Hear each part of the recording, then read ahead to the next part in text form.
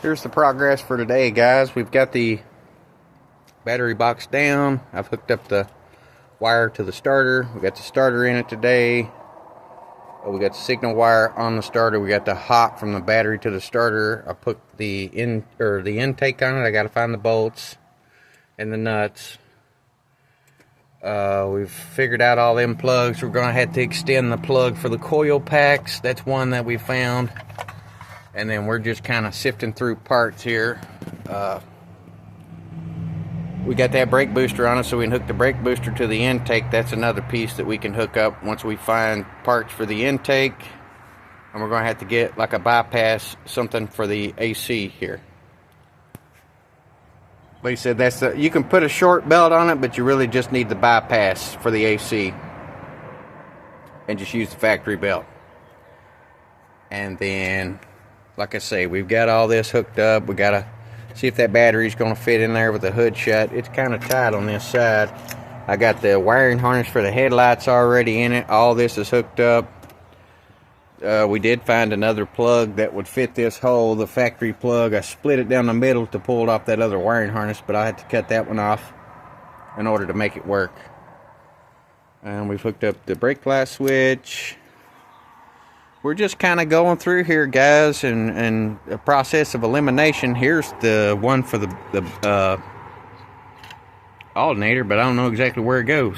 So we'll have to figure it out.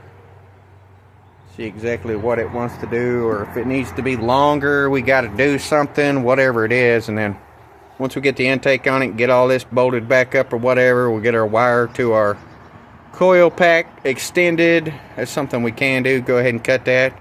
Get some longer wires. Need a multimeter to check it, make sure it's got continuity. And then we can start working on the exhaust a little bit. Need a companion flange to go to that. I don't know if a guy could take and cut the end of that,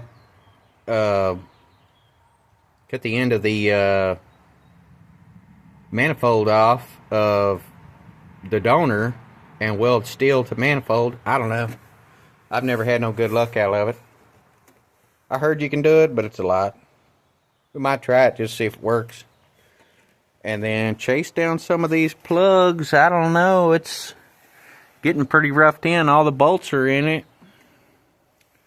We got, plugs that we're not going to use for the transmission that came out of it. We'll get all that out of the way once we figure out it'll start or whatever. May have to put this selector in there to see if it'll get signal enough to let it crank. It's got 3 plugs on it. One's being a speed sensor, the other one I don't know what that is, but to get that out sometimes you got to take that case apart and drive it out from the bottom. They're pretty stuck sometimes, so that might be a lot, but we do have a manifold over here, and we're going to try to maybe put that gas tank in the back seat. I was thinking about putting it under the back seat, to be honest with you. All the plugs are right there. It gets the evap box. It keeps from turning on the check engine light, because it didn't have a check engine light on in that car. It just too rotted. And with the title, I drove it for a little while. It got me by, but here's the 3 plugs. There is the piece that we could cut off and use as a companion flange for the exhaust. You weld your exhaust in there. It's got a piece of steel right here, so you might be able to use it as a companion flange. Just put it to the inside, weld it to the inside of that, or from the inside here, weld it here, and use it as a companion flange. Obviously the bolts are snapped off, whatever, don't matter. We can get those out hopefully eventually, or just put some bolts in there, get it to tighten up. We do that, that could be the exhaust fix. That's a companion flange. That'll be an actual donut gasket and a way to take it apart to get the motor out, because it'll have to come back out to finish weld it out and whatever. We might leave it together like that just long enough, but I'd like to hook up those fuel lines that we got here, just bend them in a way, maybe figure out what kind of cobbled up. We're going to be cutting a lot of that off, so if you get that fitting on there or whatever, and you use this factory gas tank to plug all the evap stuff up, you may have to turn it from coming this way backwards and have it come out the back of the cab and up through the bed. So you could just fill it up from the inside of the bed and keep the gas fumes out. It won't have no gas fumes as long as that charcoal canister is good. But all of it wants to plug up right there, you know. So why not make it plug up like that?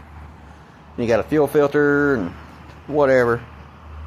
You can just have it to where it would be out of the way enough to do all that and just keep the factory. Like to use the factory tank out of the truck because it's like, I think it's almost 20 gallon or something. I don't think that's more than about, it didn't take $20 to fill that up, but it would make the instrument cluster, if I can cut it out enough to make it fit in there. I need one of those little reciprocating saws that vibrate. And we can stick it in there, but as it is now, it's too big. And you can get one of those things that plug up to the OBD2 port, and it's a flat screen to stick in there. Just take you a piece of something, stick it in there, and it would work it all, but I don't know. We're going to try to do it pretty decent. We got a lot of wires to finagle or whatever, so.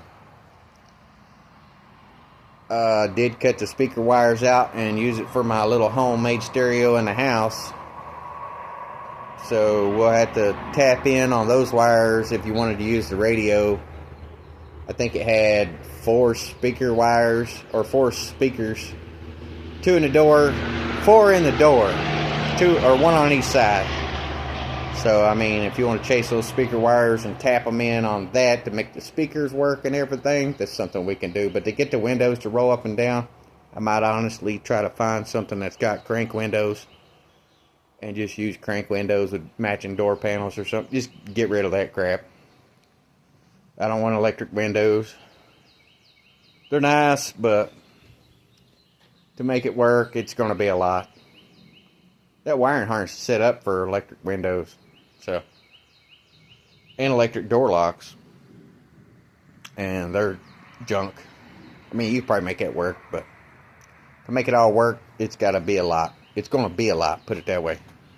But next thing's next. We got to, once we cut that pigtail and get the wires long enough on that, let's just check it with a battery light. I got a battery light we can check it with. I'm going to check the battery, make sure it fits in that hole.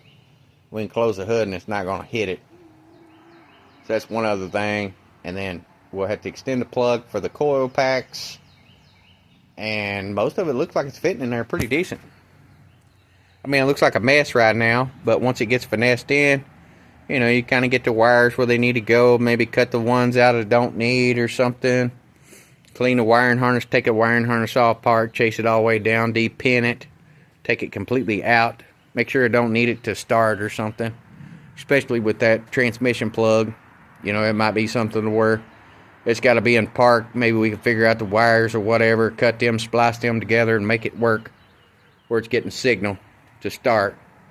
And honestly, you could just take and hook up a push button to start it with the starter. I mean, it's not going to be a big deal, but sometimes it might want to go into security mode and turn the injectors off. So that might be something we have to worry about. But I got everything mounted up under the dash. All the wiring harnesses in there. All the wiring harnesses out this way. Just a matter of chasing wires down and hopefully we can get it to crank off the key. Get it to crank off the key, and in theory it should run, as long as it don't turn the injectors off. So it might try to go in security mode. That's why I want to put that factory instrument cluster in there, but it's going to take some finagling. If you had a 3D printer, you could scan it or something. You could probably scan something and then make it work, but we're not there yet. You know, might be a little cobbled to most people, and it probably is, but if we can get it to start and run, or just start and take gas, and the throttle pedal works that we put in there, and the brakes work, that'll take some figuring. Hopefully it'll be good enough, and then we'll have to hook up the transmission. You can't put the transmission bolts in it till you get everything plumbed in as far as the cooler and stuff like that. You don't have to have a cooler on it. You can just loop the lines into each other and, you know, call it good. But I don't know if the stall speed will be correct with the transmission or not. I'm sure there's a torque converter out there you can find that would just be whatever you needed, but hopefully it's close. As long as we can just pull it around in here or whatever, you have to get it inspected and all that. You know, have to have the horn working and the headlights, taillights, all that. But that'll take a long time probably. We can get it to start under its own power, and you can get it one of those little cheap shifters to where you can wire it up for fourth gear and do whatever. Then we should be good. So we're trying, guys. I don't think that box is going to go back in there the way we want it to with the way that insert is. I think it really needs like a 2-inch body lift. Get yourself just enough room and keep it factory looking without making it look ridiculous. So it might need a body lift. That would pick the transmission up and level the motor out, and you might actually take that motor up a little more. Might have to go 3 inches, and then I think that would be better. But I don't know what it would take to get the 3-inch body lift in there. You got to have a spacer for the steering column and all that. Sometimes you got to put a spacer on the driveline too. They come with the kits. I've done a few of them, but it's saying a lot. I like to just keep it tight, and the way it looks right now looks good to me. That's progress. We're still slowly picking it apart. I'm trying to chase some stuff down. We got the starter in today, and we got a few lines hooked up, and we're kind of chasing. We see a plug that needs fixed, but we got to find the bolts to the intake. I get the intake on it. I'll get the throttle body on it. We'll put those few little plugs. It's like, I think there's 3 plugs we got to do there. There was 3 plugs down there close to the starter, and I had a ground box that I mounted up to the motor mount. So we'll put it all together to take it all apart, if that makes sense. Just something we got to do, guys. And that plug over there, I found another plug to fit that. And we definitely got to get the brakes.